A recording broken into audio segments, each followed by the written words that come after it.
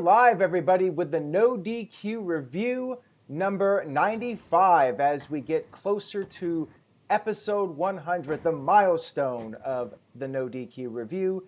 Let me introduce our moderator. He's been doing it now for almost 95 episodes. I think there was that one or two where El Virtuoso took the reins over. Virtue, how's it going, man? What's up? Number 95. We're getting closer. And here we are with the elite panel of No DQ. Aaron Rift, myself, Greg Cherry is back, and Stefan Osborne is back. So I will start with you, Stefan, in front of your setup. What's going on? Yeah. How's it going, guys? It's been a few weeks. Glad to be back. I really enjoy this. I like talking about, regular wrestling stuff instead of just NXT all the time. But you can find me talking about NXT all the time on my channel. But that'll be later. All right. Well, stay tuned because I'll be asking your opinion on several topics.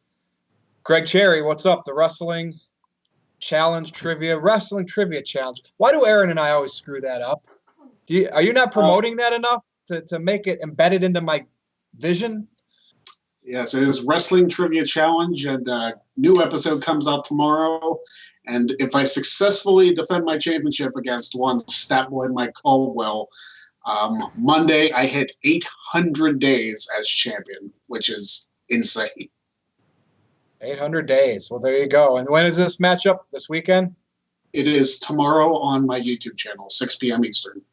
There you go, No DQ Galaxy. And, of course, Aaron Rift. What's up? I like the shirt. Thanks. I'm doing pretty good. Been a fairly busy week in wrestling. We had the Money in the Bank pay-per-view. We had the Becky Lynch pregnancy announcement.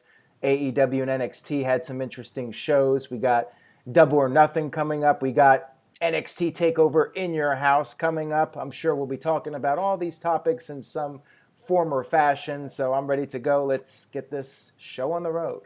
All right. Well, we'll We'll recap Money in the Bank, which was from the Performance Center and WWE headquarters. So let's see. Drew McIntyre retained. Braun Strowman retained.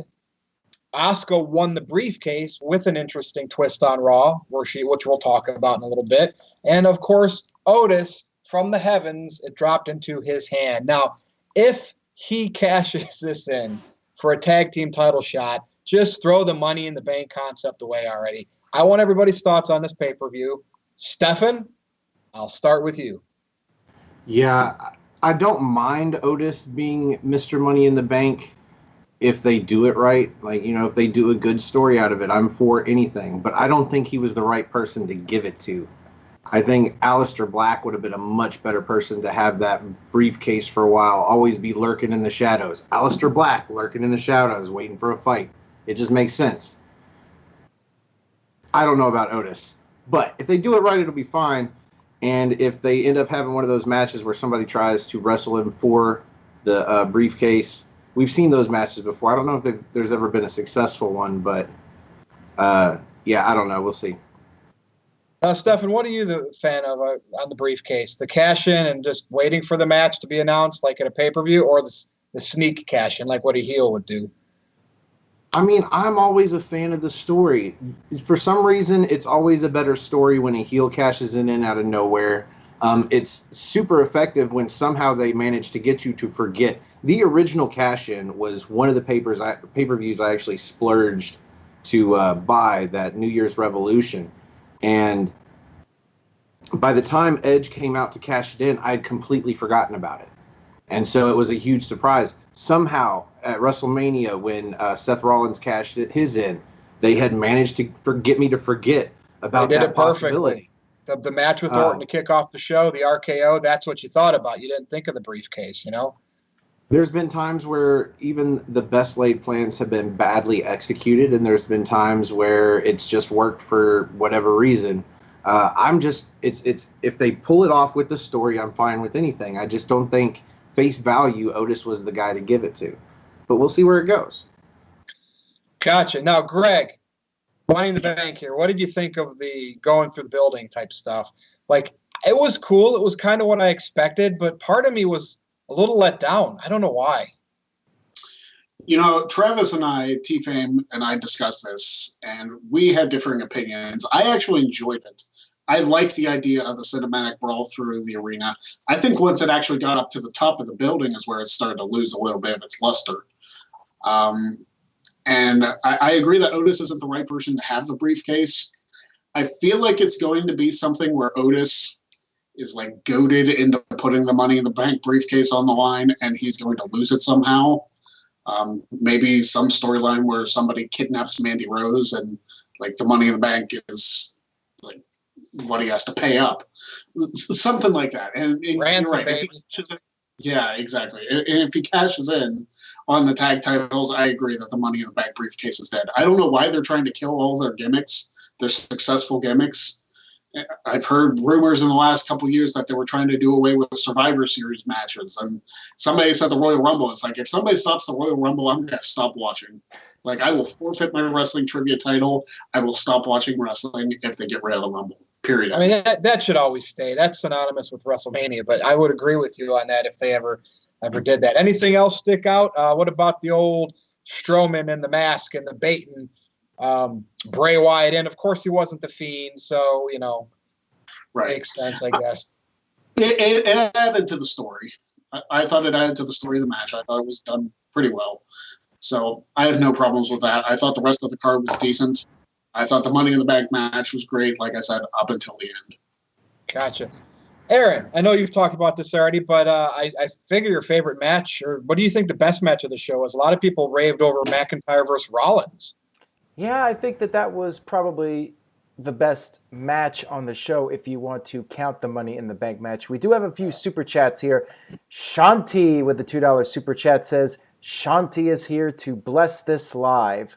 Shanti. And we also have a super chat here. A quick question for Stefan from The Holiday, Christopher Mace. He says, and Stefan, you can go ahead and answer this and then I'll finish. Stefan, who should Otis cash it in on? I can't answer that question because I think Otis should hold this thing for a while. They haven't had a guy hold it for a while, a good long while, in a good long while. So it would just, like whoever's champion, like 9 months. So that could be any number of people. So I don't know, is the Dolph Ziggler? Somehow Dolph Ziggler gets the title and he gets to cash in against Dolph. Hey, stranger things have happened. It's WWE, sir. Psychojet Black sent in a $5 super chat. Says, can Otis's career survive a failed cash-in, or is he the next Damian Sandow / Mr. Kennedy? Also, he is more entertaining than Vanilla Midgets, Ricochet, and Cedric. Well, I mean, I love Otis. Like I've said, I think he's very entertaining, and thank you for the super chat. I'm a fan even less of it, though, now that Asuka is the champion, because I was hoping somebody would carry the briefcase for a while. And if Asuka was going to do it, then I'm like, okay, I don't mind Otis, a babyface, having the briefcase. That's fine. But now that there's no heel to carry the briefcase and Otis is what he is, I'm not sure how I feel about it. Like, I was really hoping we'd have a strong heel character hold the briefcase, at least on one of the brands. And this is yet another year that it's not going to happen. We've talked about possible scenarios. Maybe he goes for the tag titles. Maybe he gives it to Mandy. Maybe somebody disputes it. Now that we have this new rule, which I'm sure we'll be talking about here, where Raw and SmackDown guys are going to be going back and forth on the shows again, like the wild card rule. Maybe AJ Styles will dispute what happened and they'll have a match for the briefcase. Anything can happen at this point. Adrian with a $5 super chat says, Hell in a Cell was already dead and now Money in the Bank has joined the list of dead gimmicks and / pay-per-views. Yeah, don't even get me started on Hell in a Cell. Now that I remember back with Seth Rollins and The Fiend, yeah, both matches seem to be very watered down at this point, which really sucks. Money in the Bank was a cool concept, but now it's getting to the point where I just don't care about it anymore. Virtue, any other thoughts you have on it? Nope. I mean, Asuka's the champion because of what happened, and that'll be our next topic, talking about how that all went down. And, of course, Otis winning it, it's just it's a comedy spot that made Vince McMahon pop. And I don't know. When I think of number one contender, like, to me, I don't even know why Otis was in the match. You should have your best main event stars in there. He's a tag team guy. What he was doing in the mid card with Mandy's fine. That's all I got to say about that. But we'll see what happens. Maybe he'll be the next champion, and it could be the Rusev Day that never happened, Otis Day. But we'll see. Becky's pregnancy. She obviously announced this on Raw. The briefcase that Asuka won had the Raw Women's Championship in it. So they proceeded with this angle to give Asuka the championship right away. And here's my problem with this, right? Anybody can, any female can get pregnant, right? Have a family, start a family. That's fine. When you're a professional wrestler and you're in the main event, plan a little bit better. I mean, I know things happen. We don't know how it all went down, but I know Vince McMahon and a lot of people seem like they're supportive of this, right? Because we hear it. That's what's being reported. That's how it came across on TV. And then I saw the Shayna Baszler promo. The fact that they put that in there, a lot of people would say to get heat on Shayna. That's somebody in the office. Somebody in the office not liking Becky having this announcement mid-championship run. Actually, it's been a lengthy championship run, which Greg can attest to because he's had one with the wrestling trivia. But, Greg, I'm going to go to you here. I think that Becky is in at least one person's doghouse. I don't know. Congratulations to her and Seth. But, man, wild champion. Come on. It's weird. To me, it's weird. It is weird. But you know what? I put the blame more so on WWE for not building up enough of a strong division to hold, because it's basically been Becky's division for the last year plus, and nobody's been able to beat her. So now that she's beaten everybody, it's like, oh, well, then all the people that Becky's beaten are going to be facing off for the title. Who cares? I feel like it kills the credibility of the entire Raw women's division when you do stuff like that. That's why SmackDown's division is stronger. That's why I think NXT's is stronger. But Raw it's basically been the Becky Lynch show, and nobody has been able to get to her, not even Shayna Baszler. So it's really their fault for booking this lengthy of a reign. Why they didn't just take the title off of her at WrestleMania is beyond me. Yeah, like if she dropped the title and then was just off TV for a while and then announced a pregnancy, I'd be like, oh, she's taking time off to be a mom. Like, yeah. I don't know. It's weird to see a female champion relinquish a title because she's pregnant. I don't know. Aaron Rift, what do you think here? That Shayna promo, I'm sorry, somebody in the office is pissed. I don't care how great everything looked on TV and the reports that you reported and the other sites reported, everybody's happy for her. Okay, on the surface, but we know how certain people in WWE operate. That affects business, especially since business is down because of COVID. How dare the man who comes out in semi-trucks have to strip her title because she's pregnant? Some just, I don't know. I guess we'll have to see, Aaron, when she comes back, how they treat her. What do you think? Well, first of all, Keith Johnson sent in a $2 super chat. He says, crazy guy's idea, would an incel faction work today? Pardon my ignorance, but what does incel mean? Oh, sell. I mean, any faction would work. Incel? Any faction would work if the right people are in it. That's how I look at it, if that's what he's talking about, like a group. Oh, well, Aaron. All right, well, I do not know we what got dead air means. here. Come on. Dead incel air is involuntarily celibate. That's what that means. What?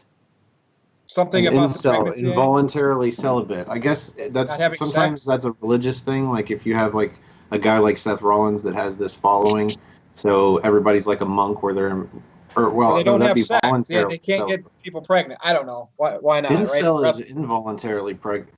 I don't know. That seems like a weird question. Well, celibacy is not having sex. Basically like what a monk and so yeah, basically a group of virgins. What that would be funny. Aaron, what's your take? I think the awkwardness and dead air here is proof right there that that's a bad idea from bad creative. No, we will not be even entertaining the idea of a faction like that. Adrian sent in a $5 super chat, says, fair play to Seth for such a small guy. He has great aim. Jeez, that's a harsh comment, Adrian. I'm not gonna. Hey, he pulled it down, didn't he? I'm not gonna touch that one. I think Wrestle Talk said he's is the second person he's put out of action for working too stiff. There you go. Yeah. Not the first Irishman he's put You out see of what I action. mean, though? Two wrestlers having this happen to them, jokes. See what I mean? Would this have happened back in the 80s, 70s? Bruno Hogan? No. This is stuff that freaking kills the business. Look at Becky, Keep though. your personal life separate from your TV life. Becky is at the peak of her career. There's nothing else more she could do. The only thing left that she could do is the same thing that Charlotte did, and she'd just be copying Charlotte if she did it. There's nowhere higher for her to go. So at what better point does she pause her career so she can go be a mom? You know, not every woman wants to wait until she's in her 40s to try and have a kid, or in her late 30s. I don't know. I don't even know how old Becky is, but clearly she wants to be a mom. There is no way this wasn't planned. I think this was an accident, but we'll never know, nor do I really care. Aaron, what's your take on this? Thank you, Stefan. I have not heard your take on this yet tonight. It's all speculation. Who knows if Vince is really upset? Who knows when she got pregnant? I'm guessing it was after WrestleMania. In the People.com interview, she said she got pregnant in April. WrestleMania was taped in March. So I do not think she was pregnant when she wrestled Shayna Baszler, or at least was not aware that she was pregnant. I think maybe karma caught up with WWE. I think we were all talking about the idea that Shayna Baszler should have beaten Becky Lynch at WrestleMania. Did not happen. And now she had to drop the title, which is not the best scenario because we wanted to see her actually lose the title. But I suppose when she comes back, she can challenge whoever the champion is. Hopefully WWE builds up somebody really strong, so when she does come back, she has a good challenger to face that is compelling, and we can get an interesting storyline out of that. But that's at least a year. Well, yeah, probably a year. Maybe she'll come back for WrestleMania, but I mean, it's tough to come back like immediately from a pregnancy, so we'll see. We'll see if she can make it back for WrestleMania. She's due in December, so I mean, anything's possible. But yeah, I'm happy for her, happy for Seth. We'll see what happens with Seth now, because with her being pregnant, will that mean he ends up taking time off and he goes away for a while? Who knows at this point? I'm curious to see where Seth goes from here. A little interesting twist to the character, which I'm sure we'll talk about that in just a few minutes. But Virtue, any other thoughts you have on it? Well, no, like I said, I'm interested to see how Becky will be booked after this, because I'm telling you, mid-title run, and what's not mid-title run, she's been a dominant champion, and it's just crazy for this to happen. Stefan, I'm going to go back to you. How ironic is it that last year Ronda dropped the title to supposedly take time off and go start a family? We haven't heard a peep of her being able to start one. Now Becky has a year later. Yeah, my first comment after Becky's announcement was she's better at getting pregnant than Ronda is too. Like, Ronda's tried to do it for a year. No, as far as we know, no such luck. And Becky tries it as soon as she gets an opportunity. WrestleMania is over. Now she can go out on top and hopefully come back on top. I think it was planned. There's no way that she is a professional wrestler and she is not keeping track of her birth control and making sure that she's not getting pregnant on purpose. I think this was on purpose. She wants to be a mom before she gets any older than she is. She thinks that her and Seth are going to be the parents. Congratulations to her. I am glad that Shayna Baszler got to say what she said for whatever reason, because they are okay with using this in storyline purposes, and I hope that facilitates some sort of announcement where the reason that Seth Rollins has been so crazy on Raw is because he's like infertile or had a vasectomy several years ago or something, right? He knows the baby's not his, but nobody else does. There we go. Give us a storyline out of it. You know what it'll turn into, Stefan? An e-show, or you know how the Total Divas, Total Bellas, Ms. and Mrs. It's going to turn into a show. I'm just saying, if they don't take the opportunity to make sure that he's not the father and put a storyline in there somehow, then they're wasting the opportunity. It's right there. All right. Well, we're moving on from this pregnancy. We got 9 more months, basically. Here's a big hot topic: brand-to-brand invitation. Just get rid of the damn roster split. This is stupid. Combine the major championships, make the undercard title seem more important. Aaron, what do you think here? Like this, I get it. They're hurting here. There's certain people not wrestling and they need some talent. But God, why have the brand split at this point anymore? It never really it worked good for about 6 months when they brought it back, and then it just fizzles out. What do you think? Yeah, it's a sign that there's some desperation having to do this. I feel like it would be a better idea to do some NXT call-ups. If you want to shake things up, bring in some new people, not Austin Theory, a guy who barely made any kind of an impact in NXT. What about Tommaso Ciampa, Johnny Gargano, Velveteen Dream, like any of those guys? Bring up somebody. Like those guys have been in NXT for so long, and you could focus on some new people. NXT's losing to AEW regardless, so why not bring in some new NXT people? I know it's not the best timing to do it under the current circumstances, but I like that idea better. Or just merging the titles, which is something I've talked about for the longest time. Have one world champion who appears on both shows, one men's tag team champions that appears on both shows, same with the women, one mid-card title for each men and women. They appear on both shows, and that way you got people bouncing back and forth, and it keeps things fresher. But yeah, I'm not really a big fan of this, and I'm just wondering how long is it going to be now until we start having guys bounce back and forth, and there's basically no brand split again. Stefan, with this brand-to-brand invitation, whatever Drew McIntyre called it, like I think NXT should be involved with this too. Then you might as well, because it's its own brand. Maybe not to the degree, not to the degree of the main rosters, but what do you think? Well, like I said, it kind of already is with Charlotte Flair, and every now and then, I mean, you see NXT coming up to Raw or SmackDown just as a fill-in. You know, they're a jobber to get beat by somebody that's getting a push. So it's not unheard of already. I would like to see some Raw and SmackDown guys make it to NXT and try to get the ratings up a little bit. I think the inter-brand between Raw and SmackDown thing, this is temporary because of the limited rosters, but I think it's really funny that the USA and Fox are the ones that pushed them to split the brands in the first place, because they wanted, exclusive talent to their channel. And now they're like, the ratings are kind of shitty. Maybe we should spice things up a little bit. Hey, what about that Wildcat rule you had? Wild card, whatever. Sorry, I'm from Kentucky, UK Wildcat. My bad. Yeah, it's. Nice.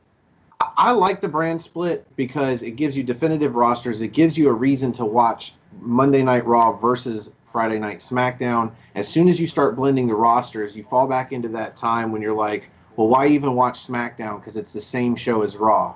Everything's the same every week. It's always the same guys getting pushed on two shows instead of having different guys show up on each show. So it's one or the other. It's the same thing with the titles. Yeah, it's nice to have fewer titles, but at the same time, when there's fewer titles, there's fewer things for all of these guys to do. And then suddenly they're having matches that have no meaning instead of at least having one or two other titles. Another world title, another mid-card title, another women's title. Have something to give a few people a storyline versus, these two are vying for the one title we have, so let's just fight for no reason. Yeah. Greg, thanks, Stefan. Greg, correct me if I'm wrong.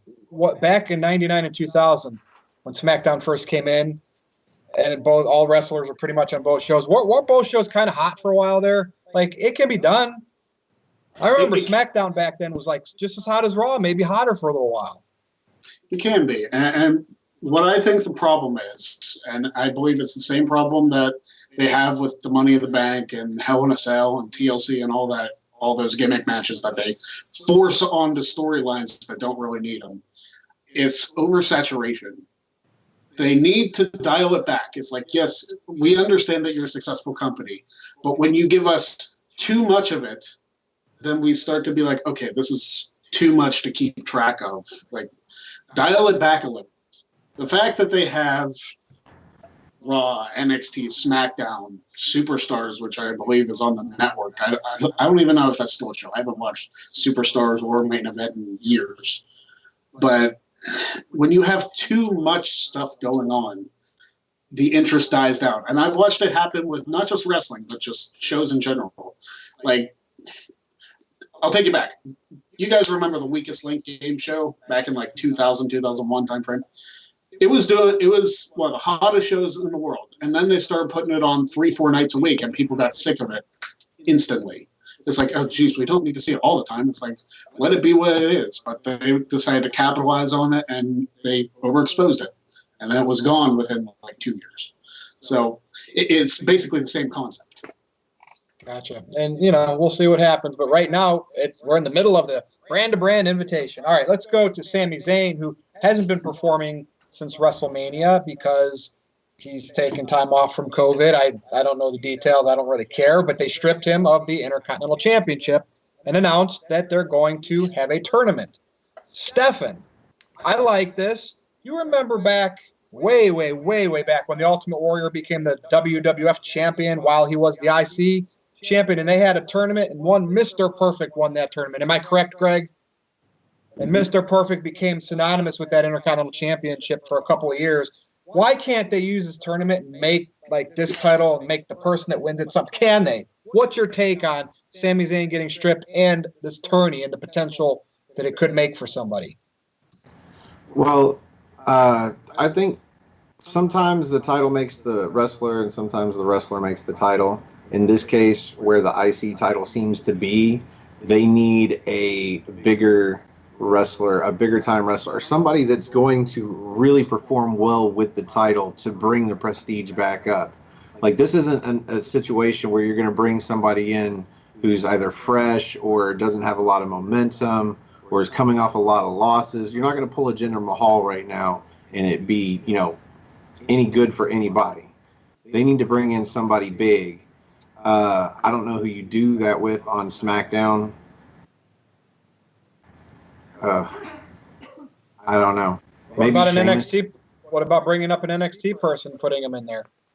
I don't think there's anybody that would really do it justice. I think Sheamus is the best person to put it on, honestly.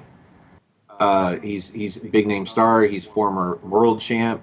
He's somebody that is credible to hold the title and can defend it week on week and win constantly and it be believable. That's what the title needs right now. I think this is a terrible time. It sucks to be Sami Zayn. I think they're about to do the same thing to Jordan Devlin. They're already having a championship tournament for an interim champion, but they've since taken the word interim out of the show, and it looks like it's going to be just for the new champ. And so, yeah, this whole situation sucks. All righty. Well, we'll see what happens. Greg, any input here on this announcement with Sami Zayn being stripped and a tournament coming up?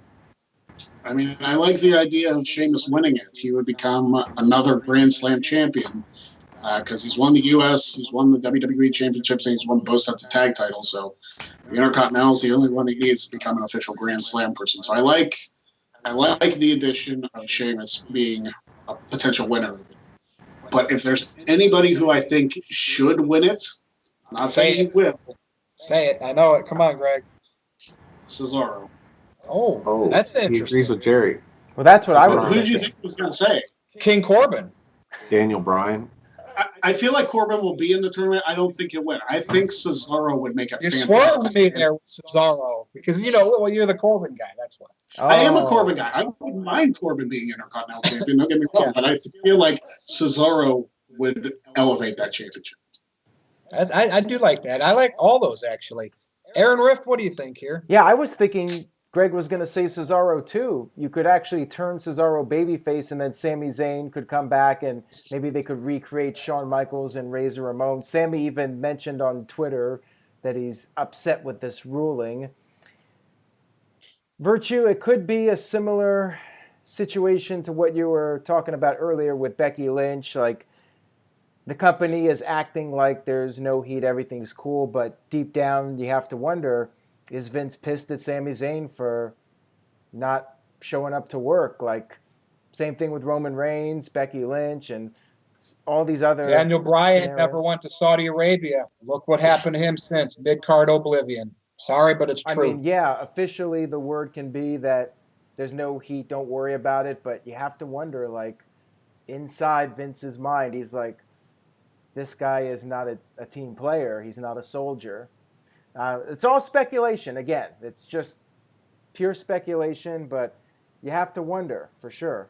By the way, for those of you wondering why I keep looking down at my phone, we've had some technical difficulties. I lost the chat room at some point during this live stream, and I cannot get it back. I tried to even access it on my phone, and I'm not able to even get the chat room to come up. Apparently, the stream is still going, though, because the video did pop up on my phone.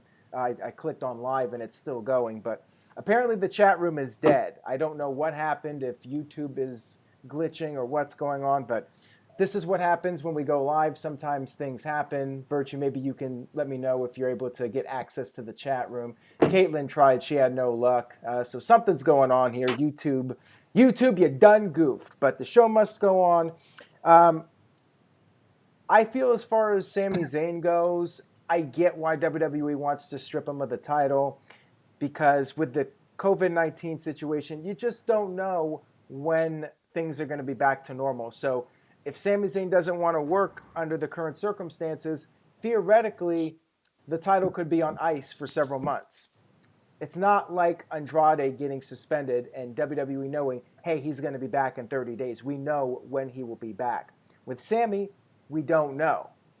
So I know some people have been comparing Sami Zayn's situation to Andrade and saying, well, WWE kept the title on Andrade, why not Sami? And they're different circumstances. So I get it. I understand it. I hope Sami doesn't have heat for this.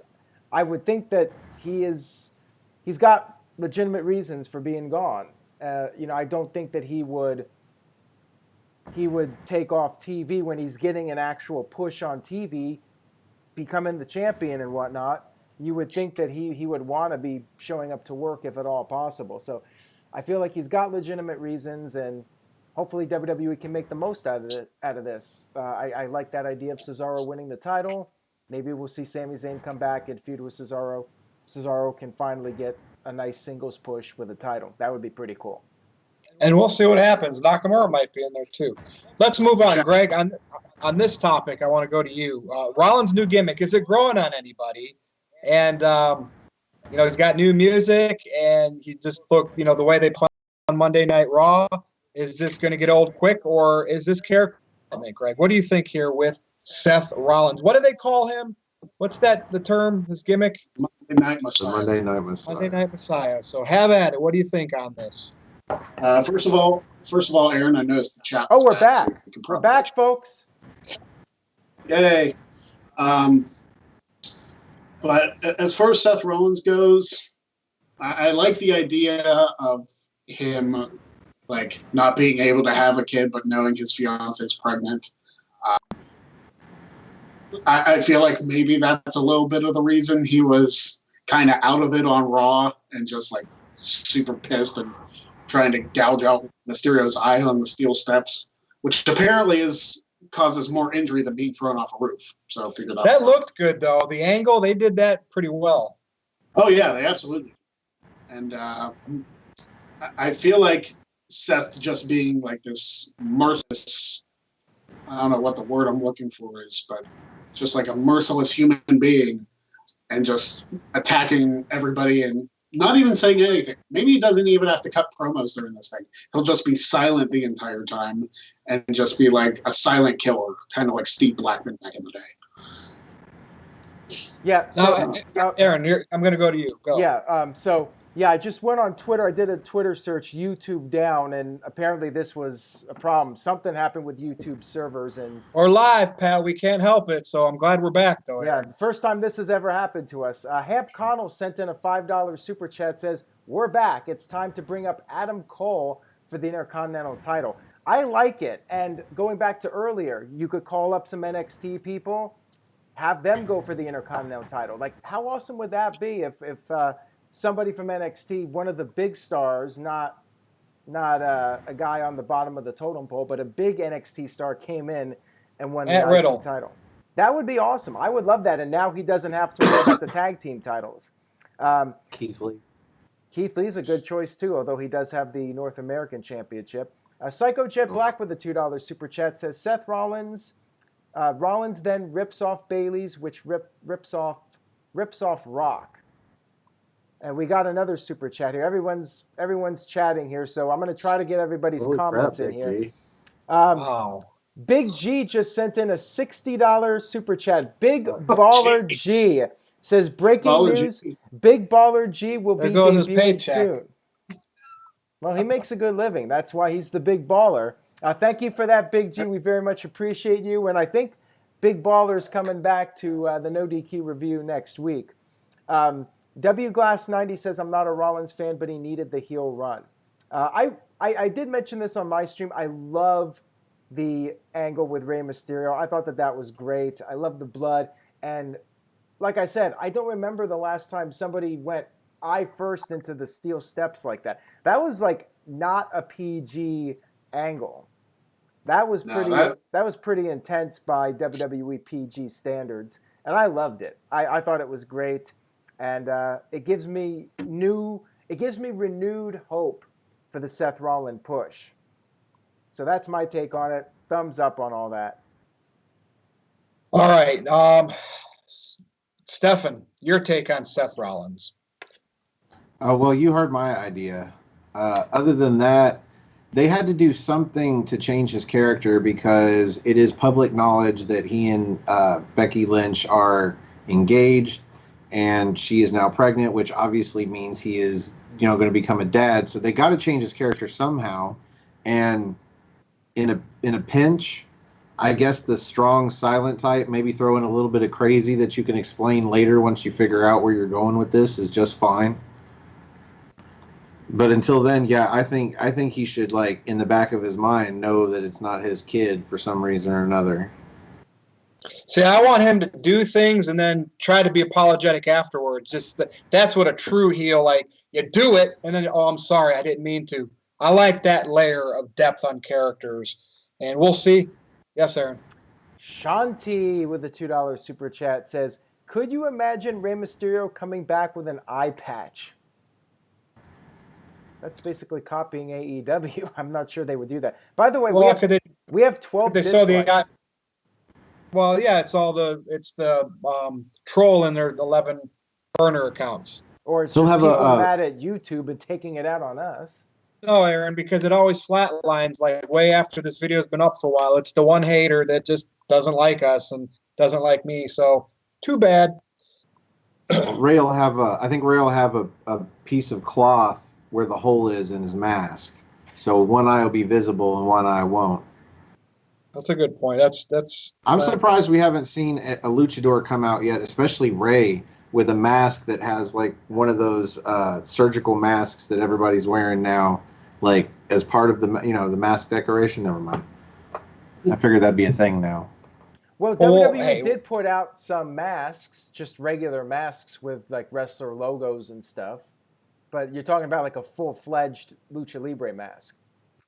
Yeah, you know how Ray changes up his mask to look like a character? Change it up to have, the lines of one of those COVID masks. Yeah, anyway. I get what you're saying. They could potentially do that. Oh, and Adrian sent in a $5 super chat. Thank you. Adrian says, Seth Rollins' new gimmick could be to impregnate all the divas. That's a better idea than that one from earlier, but not much. That's what cult leaders do. Yeah, true. Well, they knock up everybody's wives. We'll see what happens. Now, next topic, Stefan, I'll start with you. I know you're not the big AEW fan, but any thoughts on Mike Tyson's going to be presenting a title belt to the TNT Championship at Double or Nothing. I like Mike Tyson. He's been training. He looks like he can box again, too. Like, I want to see that. I don't even care if it's like an exhibition match. And then, of course, NXT in your house. So what's your thoughts? What's your latest thoughts on NXT, which, you love to talk about? And NXT UK. I know. And NXT UK to a point, if you have anything to say about them. And then, of course, AEW. Well, I think Mike Tyson is a huge grab for them. Just, given his wrestling history and how important he was in the Attitude Era for WWF. I saw the video of him online where he was training, and he looks like he could kick just about anybody's ass. But I still, there's that, you know, stigma over top of him. It's the same way that I don't look at the death of Kobe Bryant the same as everybody else does. It's like, yeah, but there's, you know, he's also kind of like, I would hope that he's, you know, changed obviously as a person, but still, like, I'm not the hugest Mike Tyson fan. Although, like I said, he looks like he could kick my ass 1,000 times over. And as far as NXT goes, I think they've handled this well. It sucks that NXT UK is a non-thing right now. A couple of weeks ago, they released 4 matches that were never aired, and that's the best they could do. So far, all they've had is like showcases, you know, long promos and video packages and whatnot. And somebody posed the question to me the other day if I could see them folding and UK or WWE just cutting ties or completely liquidating the brand. And I'm like, no, you know, you wait out the storm and you start the brand back up when you can, because this is the start of their global expansion where they're going to have NXT Japan, NXT Australia, which I honestly think needs to be the next place that they go. Just makes sense. Everybody speaks English. You're super close to Japan, so you can bring a lot of guys in from the East. Anyway, this is where you started, and you can't fold it now and then expect to expand later. You just hold your ground, wait it out, keep all the superstars you can. Notice there haven't been releases to all these NXT UK guys. If they were going to do it, they'd have done it by now. So they're just waiting. I wouldn't be surprised if Triple H is the one with all the money stock in this. Like, I wouldn't be surprised if NXT UK is like owned by him, and so it's his to buy and sell. Because Vince McMahon probably would have sold it already.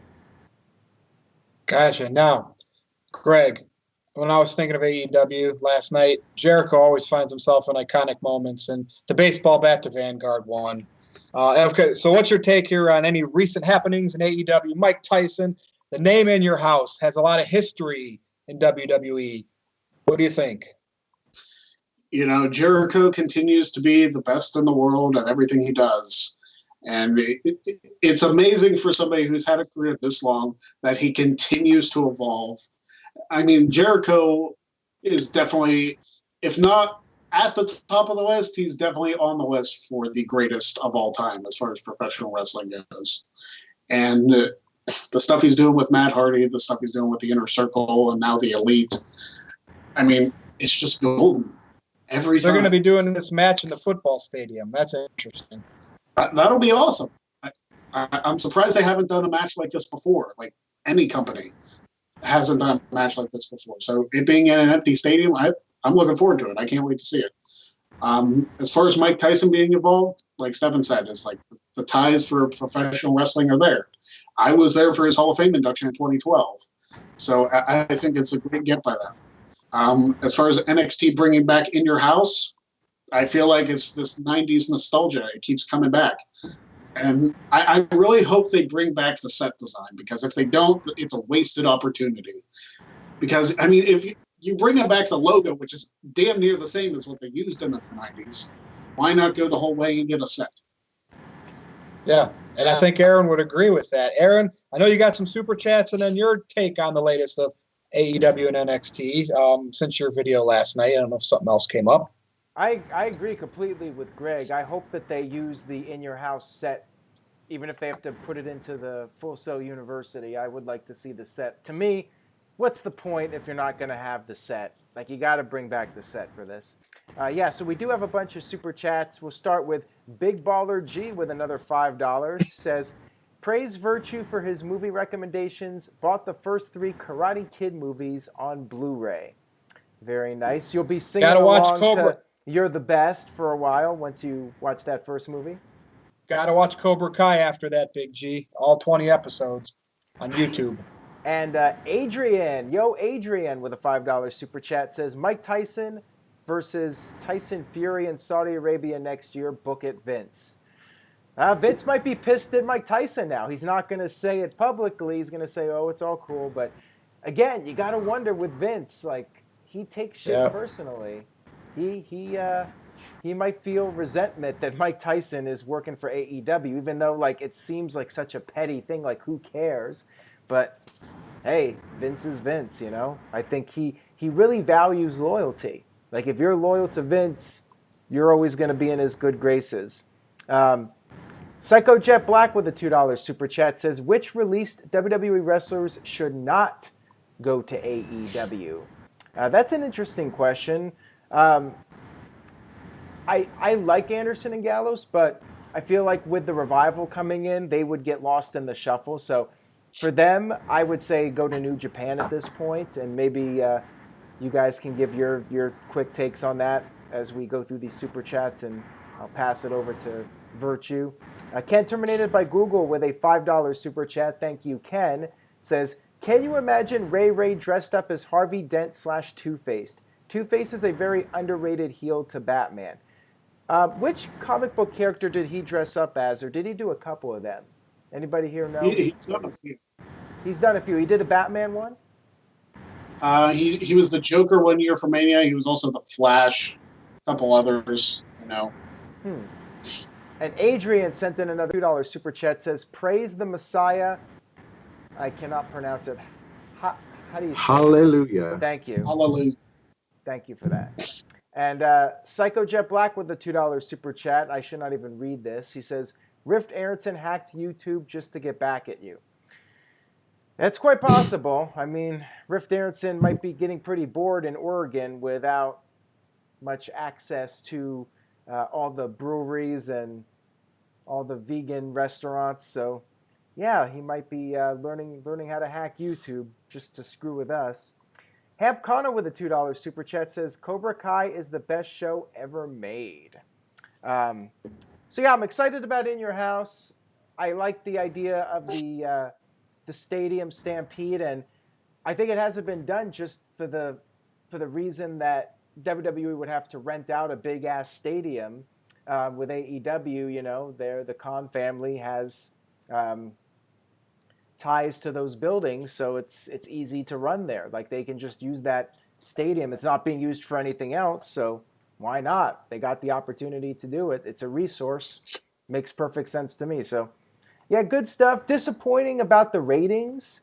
The numbers have been down. They went down again this week, and it sucks because both shows have been really solid since the beginning of the Wednesday night war, if you want to call it a war. It doesn't really feel like a war since the numbers have been down so much, but yeah, I just feel bad that they're not delivering bigger numbers. In Virtue, I saw Vince Russo's post talking about how this is the problem with AEW, how they don't have TV writers and they're just relying on long matches. I mean, I know it's not the most popular thing, but I agree with it. Like, I think if AEW had faster paced television with more compelling characters, they would get the numbers up. But, what they're doing, it works for the audience that's already watching. The problem is it's not drawing in new people. And we'll see if they try to change up their format, but will they want to risk losing their core base? That's the question. And Jordan Smith with a $2 super chat says, did the trivia challenge game and scored 46 out of 50. Greg, maybe he wants to face you. What do you say to anybody out there who did well in that trivia match and might want to face you for the title? If you want to be on Wrestling Trivia Challenge, you have to contact Jeff Meacham on Twitter or Instagram. I'm the champion. I can't make my own matches. Jeff sets everything up. So message him, say you want to be on the show, you'll get in the queue. We still got a few people we got to get through, but you'll be in there, trust me. And I'm thinking of that Karate Kid 1 theme now, the best. Make a little video for you and all your wins in wrestling trivia. Let's go to the main event. This is asked backwards here. We had the last man standing match at WrestleMania with Orton and Edge, right? Specialty match. And has this ever happened before, Greg, where a rematch is just a regular wrestling match? You know what I mean? Like, has it? Probably 2000 WCW? Nah, because there would have never been a regular wrestling match. So Greg, I'm going to start with you here. Edge versus Orton is going to happen at Backlash in a regular traditional wrestling match. What do you think here, coming off of the last man standing match? They got criticized for the length and, what did it not do well with Dave Meltzer, which really, who cares? What do you think here? I like these two and their passion in the promos, so I know we're going to get more good stuff out of that. I honestly think this could be okay. This might not be a bad idea. A lot of people are already crapping on it. What do you think? I like the idea. I think Orton is just playing mind games with Edge, being like, okay, fine, you beat me in a fight, but can you beat me in an actual match where there's like structure and rules and stuff? I think this is going to be one of those things where Orton actually picks up the win, and then they have a third and final match to settle the feud, whatever that may be. So I figure this is Orton's way of getting back at Edge, being like, you don't have it anymore actually in the ring. I can beat you in the ring. And that's how they'll continue the story. Something to that effect. I like the idea of not doing another gimmick match. Because if Edge is just reduced to gimmick matches, they'll be like, okay, well, can he still go in like a regular match? We'll see. So this is kind of a big deal now because, we got to see him do a, pre-recorded anything goes match where they could have cut out, as many times as they wanted to. But in a wrestling match, like this is really going to test a comeback. Stefan, Mr. NXT, Mr. Wrestler guy, you probably have to be looking forward to more of a match like this, right, than a last man standing match for a wrestler returning after 9 years off. Yeah, by the way, Adrian with a £2 super chat says Edge versus Orton will have a 6-month feud. And that's a Remember when feuds used to be 4 to 6 months, Less TV, though, that's why. Thank you, And Adrian. you didn't have them facing each other in matches and having tag matches with weird opponents just in order to put them in a match together. You didn't have all that stupid stuff. I think this is an apology to the fans for the last man standing match. I think this is the match that everybody was expecting to see Edge come back to against Orton, was just them having a really good fucking match. And that's probably what we're going to get. For everyone, Stefan. It's not an apology. It's an apology to wrestling in-ring work marks. People like me enjoyed that 40-minute crazy fest. I enjoyed about 20 minutes of that 40-minute crazy fest. I wanted more because as I'm watching it, I knew these guys were beating each other up just to try to entertain the fans. But what do fans have to do? Get up pissy because it wasn't a wrestling match. But anyway, no, I'm not pissy because it wasn't a wrestling match. I'm pissy because it was way too long. There were people that you were saying apologizing to the fans that wanted a regular match. So don't. Well, the fans were mad about the length. Oh, holy crap! That match was way too long. I think we're going to get a 20-minute clinic, and it'll be no more, and it'll be the match that everybody expected to get out of these two. And apology accepted, and then we'll get a rubber match because Orton's going to win this one. Correct. The thing is, and I think I've said this before, that last man standing matches need an audience. It needs a live crowd because as much as the match may have dragged on, if there was an audience there, like, it wouldn't have dragged on because there would have been the crowd reaction. You would have heard the emotion that would have been into it. But just seeing how much rest time there actually is in a last man standing match, and that's all last man standing matches, not just that one, but there is a ton of rest spots in a last man standing match. I think that's why people thought it dragged on, because there was like no crowd emotion behind it. And it kind of exposed that kind of match type, because I'll be honest with you, all last man standing matches are the same to me. But that's just my opinion. I thought they did well. I don't think they deserved the criticism that they got, and I thought to myself, listen, that was my point. This is Edge's first one-on-one match since facing Alberto Del Rio 9 years before, and you're gonna complain about it? It's like, you guys don't deserve any of this. Yeah, Shut up. And that's perfect, Craig. Yeah, I can't even follow that up. Aaron Rift. I'm offended by Charlie Caruso's comments saying that this might be the greatest match ever. Like, really? That was weird. That was weird. Yeah, that was like Tony Schiavone every week on Nitro saying this is going to be the greatest match in the history of our sport. But yeah, maybe this is Edge and Orton wanting to go out there and do a shorter match and give the people, I guess, what they want, which is not a long, drawn-out match that went on forever. John Schlosser with a $5 super chat says, really hoping Edge and Orton is a 2 out of 3 falls match, with the first fall being a regular match. Could happen since Edge hasn't accepted yet. Yeah, that's a good point. They could change it, and Edge will say, "Well, let's do a 2 out of 3 falls." But again, that would go really long if you do 2 out of 3 Iron Man falls. match. 60. They should just troll the fans and say, "We're going to do a 60-minute Iron Man match in an empty I arena." Even better, this entire 3-hour pay-per-view is Edge versus Orton. That's it. That's the only match you get. Yeah, 3 hour, like the first ever 3-hour Iron Man match. Iron Man. Hamp Cano sent in a $2 super chat. Thank you, Hamp, and thank you, John, too. Thank you, everyone. He says the 4 of you should do a Wrestle Rock Rap Rumble. Oh, jeez. Greg, you interested in doing one? Don't even know what that is. We would have to like dress up and like pre-record this stuff to make it seem absolutely ridiculous. Your name Go is AWA. Sean. My name is Marty. We're the Rockers. We like to party. Do the Wrestle Rock Rumble. Okay, that's enough of that. W Glass 90 says make it a 3 stages of hell match. Yeah, they might. Same thing. 2 out of 3 falls. Yeah, I mean, I don't know. I think it's dumb, but it could just be.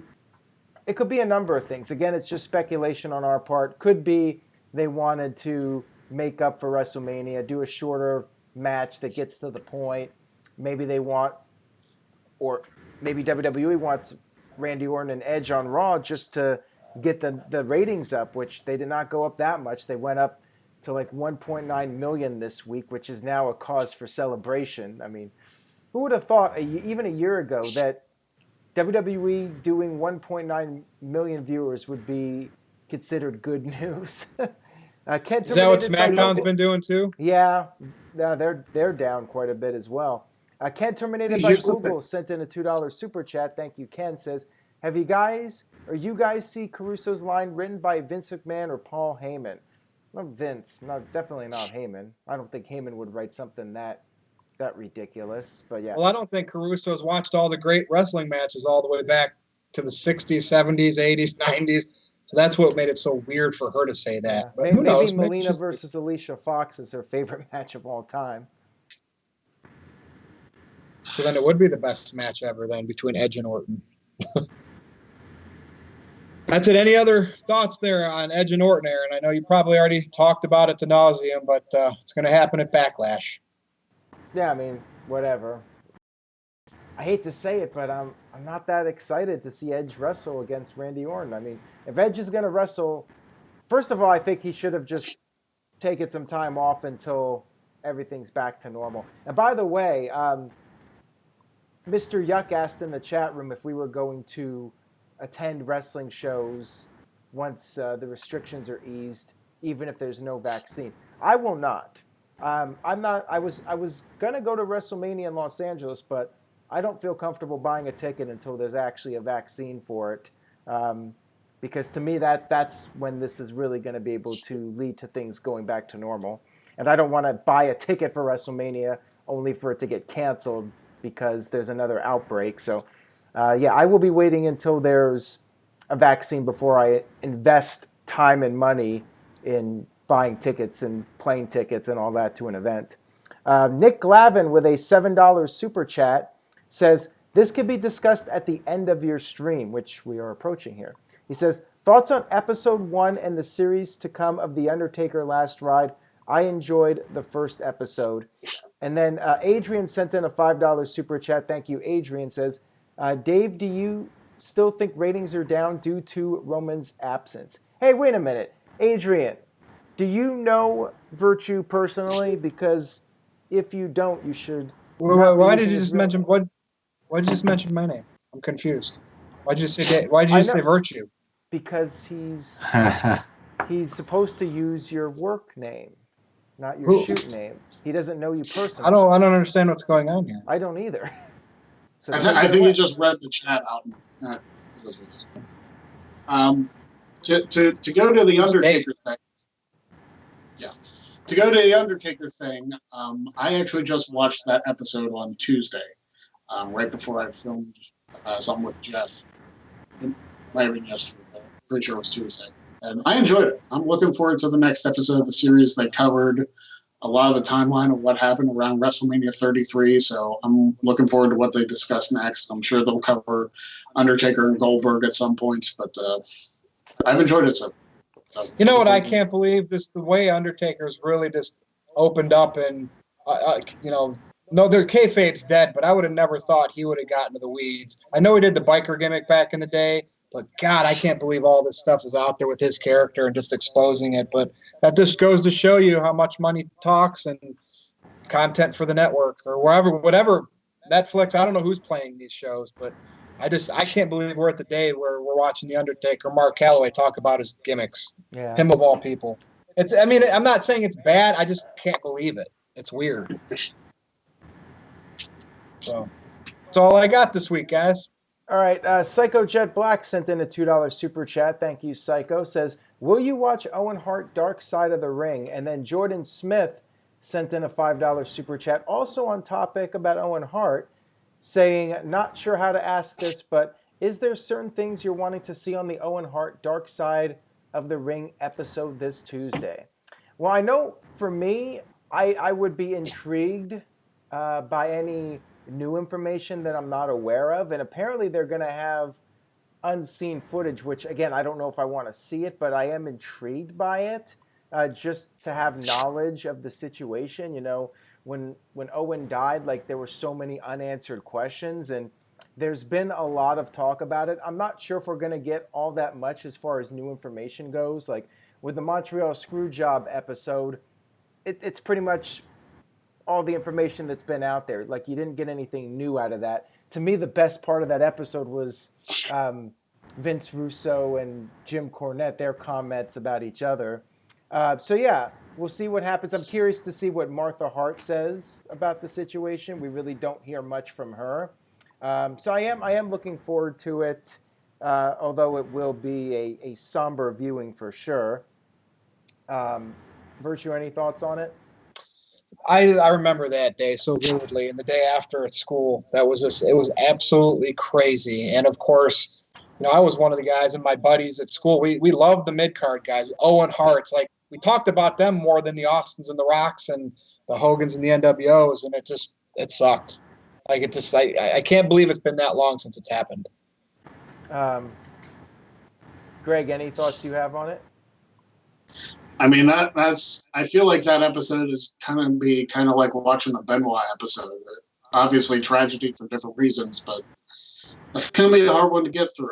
I'm interested in seeing it too, seeing if there's any new information that we didn't know, and it's just a tragedy because I mean it's coming up on the 21st anniversary of it happening next week. So, all right.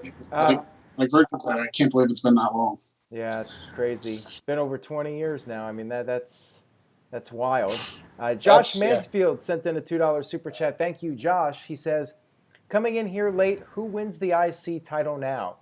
We did talk about it earlier, Josh, so you'll have to go back for the full thoughts, but we did bring up Cesaro as a possibility, and believe it or not, Greg did not name King Corbin as the guy to win the IC title. But yeah, you can go watch the footage from earlier when we talked about it.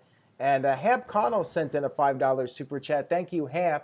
He says, I asked Aaron this on Monday. Thoughts on Randy Savage smacking Tori Wilson and Gorgeous George on Nitro? I said my piece on it. Like, I guess I could get your guys' thoughts if you remember it. I recall when it happened, the internet was not happy with it, and particularly the part where Savage threw George into the wall and started kicking her.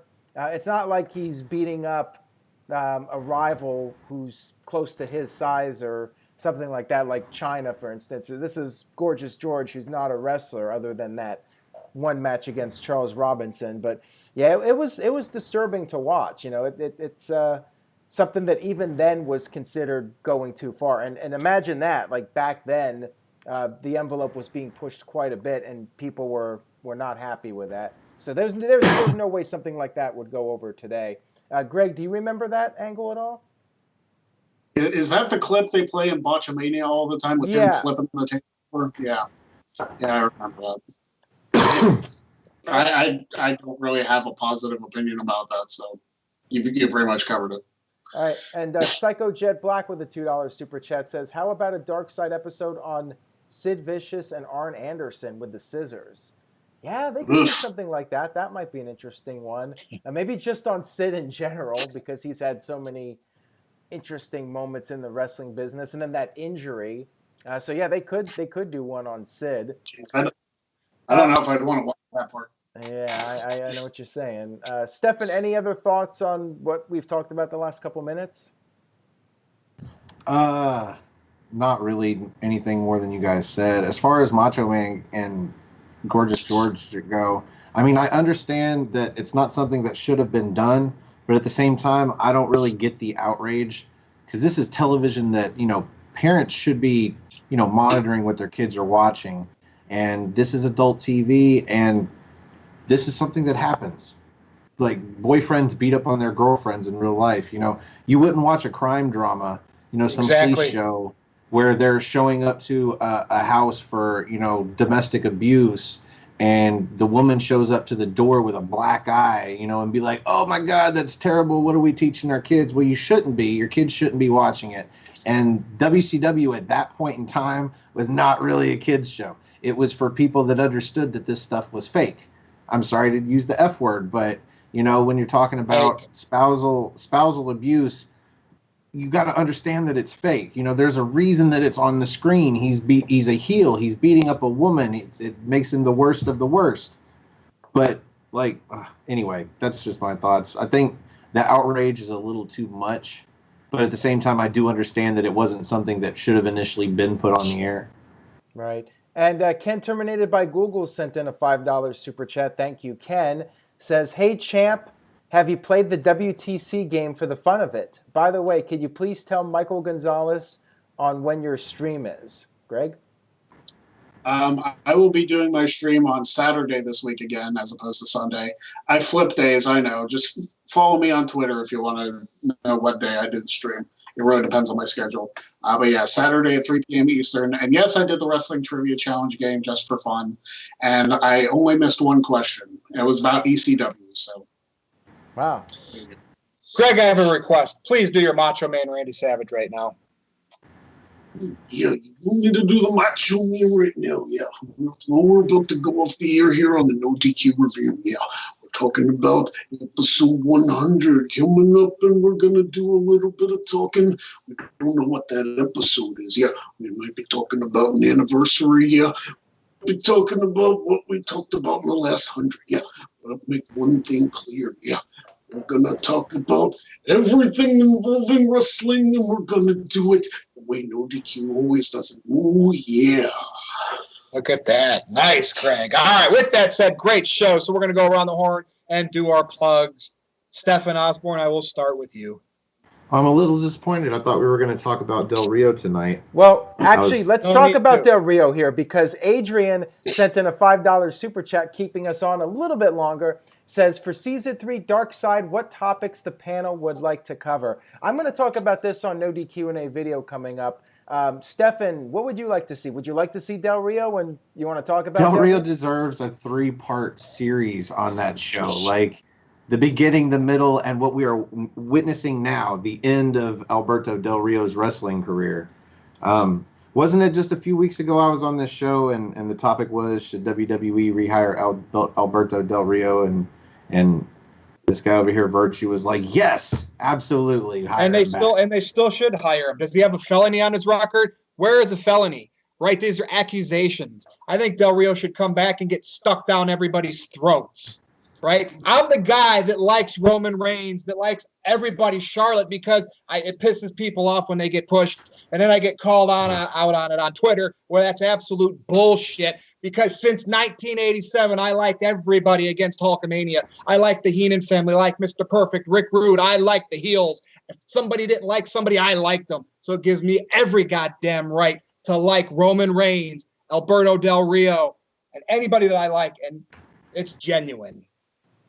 I just think Alberto Del Rio is about the most dangerous person to have confidence in right now. First, I just. Wow. Anyway, that was quite the little exchange there. Psycho Jet Black sent in a $2 super chat. Says Greg Cherry is the world's greatest cherry popper. There you go. Break the ice. Yeah, just ask my wife.